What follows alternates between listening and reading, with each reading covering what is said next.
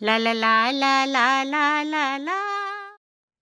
दुनिया भर में देखो जानवरों का डंका बाजे, सभी देशों के तख्तों पर बस जानवर ही साजे। देखो जानवर ही साजे भैया, जानवर ही साजे।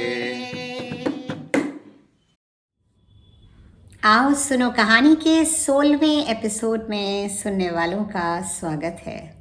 पिछले एपिसोड में आपने बॉक्सर की दर्दनाक मौत के बारे में सुना।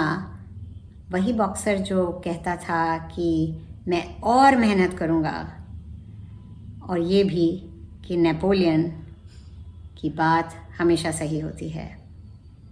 तो आइए देखें आगे क्या होता है एनिमल फार्म पे।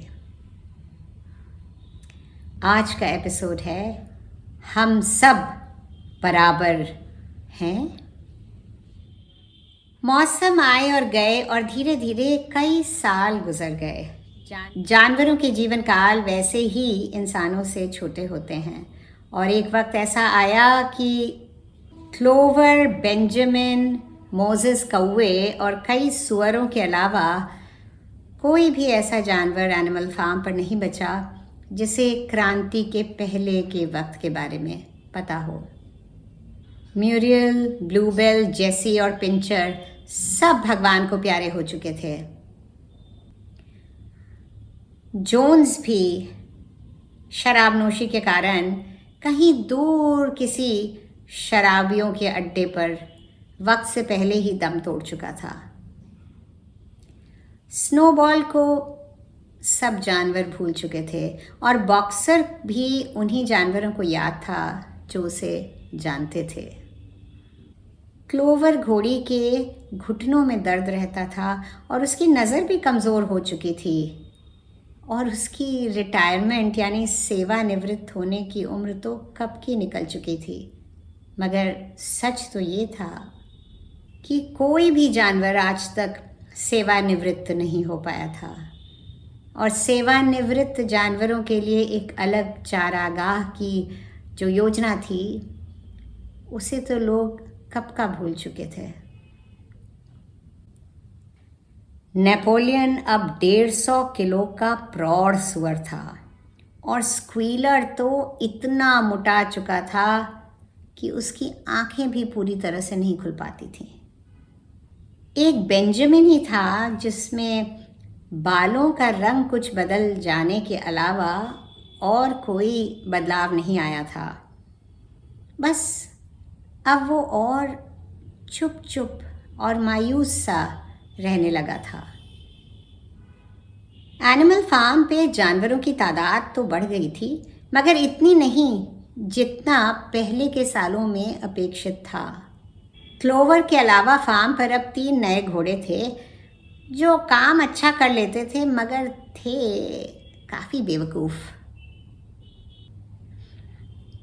क्लोवर ने उन्हें क्रांति और जानवरपंथी के नियमों के बारे में जो भी कुछ बताया था वो उन्होंने मान तो लिया था, मगर ऐसा लगता था कि उसमें से कुछ भी उन्हें खास समझ में नहीं आया था। मिस्टर पिल्किंगटन से खरीदी हुई ज़मीन के कारण फार्म अब और बड़ा और संपन्न और सुचारू रूप से संचालित था। पवन चक्की यानी विंडमिल के अलावा अब वहाँ तरह तरह की खेती बाड़ी की मशीनें भी थीं, और कुछ नई इमारतें भी बन गई थीं। पर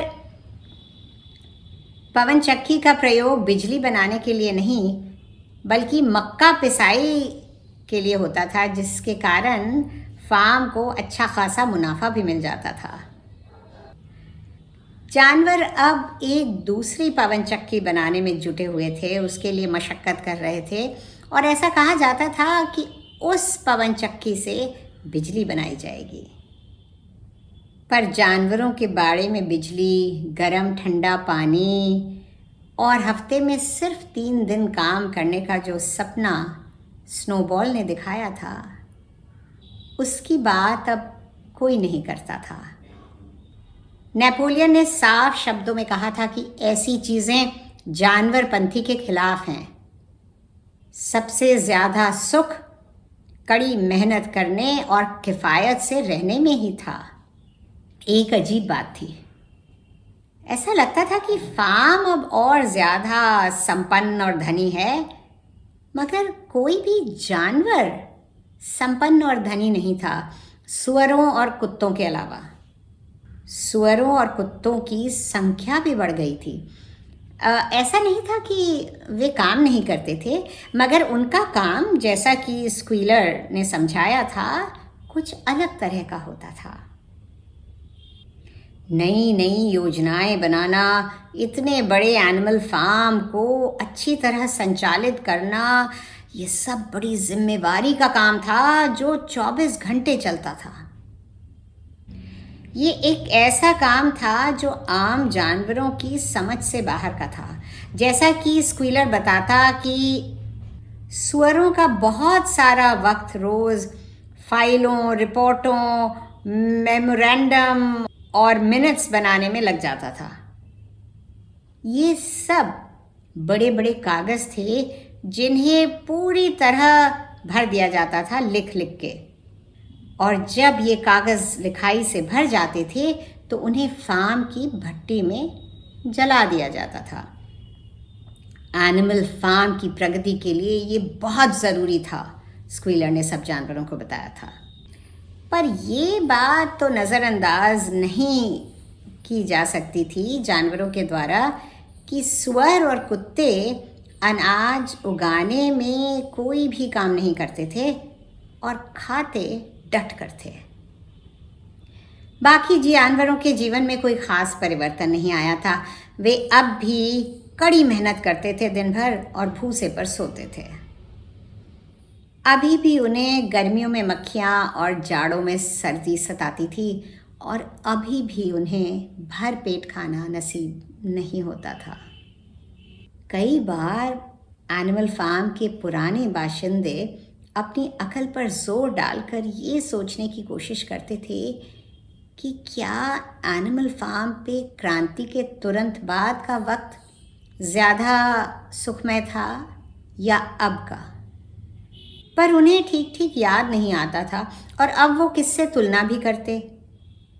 स्क्वीलर उन्हें बताता रहता कि एनिमल फार्म पर कितना मुनाफा हो रहा था, और ये सुनकर उनको लगता कि शायद यही वक्त बेहतर है। बेंजामिन, जिसे अपने जीवन की हर घटना याद थी, उसका मानना था कि हालात कभी भी ज़्यादा अच्छे या ज़्यादा बुरे नहीं होंगे, क्योंकि भूख, मुश्किलें और मायूसी जीवन का अभिन्न अंग है। और फिर भी ताज्जुब की बात थी कि जानवर कभी भी निराश नहीं होते थे और हमेशा एनिमल फार्म का नागरिक होने में गर्व महसूस करते थे। पूरे इंग्लैंड में सिर्फ यही उन्हीं का फार्म एक ऐसा फार्म था जिसे पूर्ण रूप से जानवर संचालित करते थे। इस बात पर हर जानवर को, चाहे वो नया नया ही आया हो, बड़ा फक्र था। और जब बंदूक दगती और हरा झंडा उन्हें ऊंचा फहराता हुआ दिखता तो उनकी छाती गर्व से फूल उठती थी। और जोन्स को फार्म से खदेड़ने, जानवरपंथी के साथ नियम लिखने, और वो लड़ाइयाँ जिनमें जानवरों ने आदमियों के छक्के छुड़ा दिए थे, उन सब की बातें होने लगती थीं। बूढ़े मेजर का सपना, जब इंग्लैंड के खेत खलिहानों पे आदमियों का नामो निशान नहीं रहेगा, वो भी मरा नहीं था। हो सकता है उसे पूरा होने में वक्त लगे, और ये भी हो सकता है, ये भी मुमकिन था कि अब जो जानवर थे उनके जीवन में ये सपना पूरा ना हो पाए, किंतु उन्हें पूरा विश्वास था कि ये सपना ज़रूर पूरा होगा एक ना एक दिन। कभी कभी दबी आवाज़ में कोई इंग्लैंड आइलैंड के सभी जानवर गीत गुनगुना उठता। एनिमल फार्म के जानवरों को पता था कि वो अन्य जानवरों की तरह नहीं थे। अगर वो भूखे थे तो इसलिए नहीं कि उन्हें इंसानों की भूख मिटानी थी। अगर वो कड़ी मेहनत करते थे तो सिर्फ अपने लिए, इंसानों के लिए नहीं। उनमें से कोई भी चौपाया 2 पैरों पर खड़ा होकर नहीं चलता था और कोई भी जानवर किसी और जानवर को मालिक नहीं कहता था। वे सब बराबर थे, ऐसा उनका मानना था। इंग्लैंड आइलैंड के सभी जानवर, जानवर दुनिया भर के सब, देखा मैंने सुंदर सपना, कान लगाकर सुन लो